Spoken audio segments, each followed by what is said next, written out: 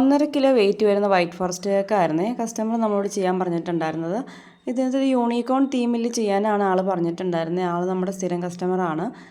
പിന്നെ ഒരു ഫോണ്ടൻറ്റിൽ റെയിൻബോ ഒന്ന് ചെയ്ത് വെക്കണം താഴെയെന്ന് പറഞ്ഞിട്ടുണ്ടായിരുന്നു കേട്ടോ. അപ്പോൾ അതേപോലെ തന്നെ നമ്മൾ ടോൾ കേക്കായിട്ട് ചെയ്തിട്ടുണ്ടായിരുന്നു. ഇത് 5 ഇഞ്ചിൻ്റെ മോൾഡിലാണ് കേട്ടോ ബേക്ക് ചെയ്ത്. കാരണം അത്യാവശ്യം നല്ല ടോൾ കേക്കാണ് ആൾ എനിക്ക് ഫോട്ടോ അയച്ചു തന്നെ. ആ ടോൾ കിട്ടാൻ വേണ്ടിയിട്ട് 5 ഇഞ്ചിൻ്റെ മോൾഡിലാണ് കേട്ടോ 1.5 കിലോയുടെ ബാറ്ററി ഞാൻ ബേക്ക് ചെയ്തെടുത്തത്.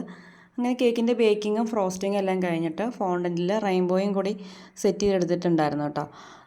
പിന്നെ റെയിൻബോയുടെ കൂടെ തന്നെ യൂണിക്കോണിൻ്റെ ഒരു ടോപ്പർ, ഒരു മറ്റേ കൊമ്പും ചെവിയൊക്കെ വന്ന ടോപ്പറും കൂടി നമ്മളത് വാങ്ങിച്ച് വെച്ചിട്ടുണ്ടായിരുന്നു കേട്ടോ.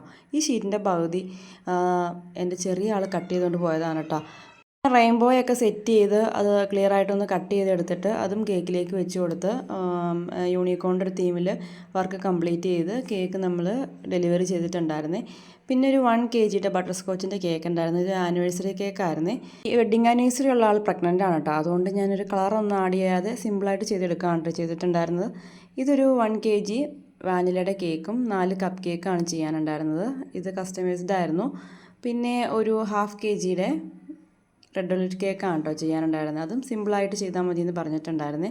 ഇത് നമ്മുടെ അല്ലസറിൽ ലോ കോളേജിൽ പഠിക്കുന്ന പിള്ളേർക്ക് വേണ്ടിയിട്ട് ചെയ്ത് കൊടുത്തൊരു കേക്കായിരുന്നു കേട്ടോ. അപ്പോൾ ആൾ എന്നോട് പറഞ്ഞത് പാണ്ട ഭയങ്കര ഇഷ്ടമാണ് ഫ്രണ്ടിന്. അപ്പോൾ അവൾക്ക് സർപ്രൈസ് കൊടുക്കാൻ വേണ്ടിയിട്ട് ഒരു ഫോണ്ടൻറ്റിൽ ഒരു ചെറിയൊരു പാണ്ടയും കൂടി ചെയ്ത് വെക്കണം കേട്ടോ എന്നാണ് കേട്ടോ.